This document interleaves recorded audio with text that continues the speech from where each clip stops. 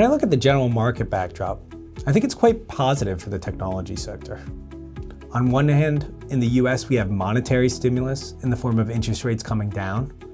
On the other hand, we have fiscal stimulus in the form of the One Big Beautiful Bill and the ability to 100% expense your CapEx on your taxes in the US.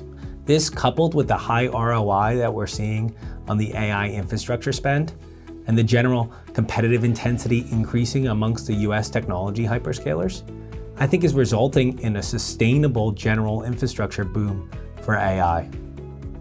AI seems to be driving the market right now, and I think it has every reason to be.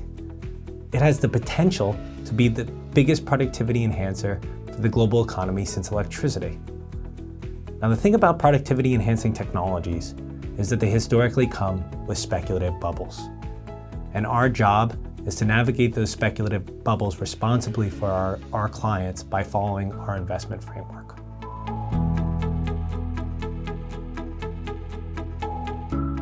The area of the technology market that I'm most positive on today is AI semiconductors and the entire digital semiconductor supply chain. Let's take a step back. The AI chip market is going from $45 billion in 2023 to $500 billion in 2028 to upwards of $1 trillion in 2030. That comes at very high incremental operating margins for the entire digital semiconductor ecosystem. And to put it into context, the entire semiconductor market last year was only $500 billion. So we're adding a whole new layer of growth to this industry.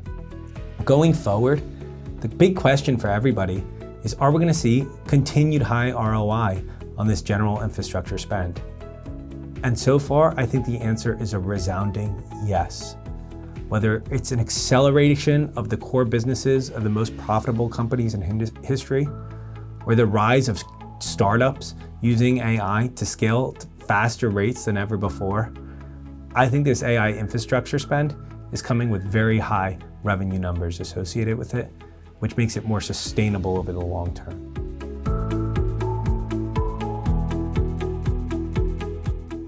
When you look at the technology backdrop, the area of tech that is clearly changing the most is in software and IT services. And why is that? Well, the business models have to change. In traditional software, there are historically seat-based models. You pay per user of the software. Going forward though, because of AI bringing so much productivity to organizations, companies are going to be able to do more with less. And as a result, that traditional seat-based model is not as powerful for the software vendors. In addition, the power in the software ecosystem has historically rested in the systems of record vendors. But that's changing rapidly as we're trying to pull the data out of those systems of record and into the AI models. And as a result, the data infrastructure companies are more important than ever before. And finally, when we used to implement applications of software, it would be done with a bunch of IT service vendors who would frankly throw a bunch of people at the problem and try to use those people's technology skills in order to integrate the software, adapt the software to the local environment.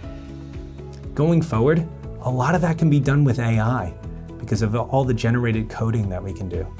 And as a result, the business model for the IT service vendors needs to change as well. And whenever you're changing business models, it's a very difficult backdrop. So right now, as I see it, the semiconductor ecosystem looks like a more sustainable investment trend than the software ecosystem. Historically, you'd go through decade-long periods where the hardware has the power or where the software has the power. And I think we're in one of those periods where the hardware has the power today. T. Rowe Prize.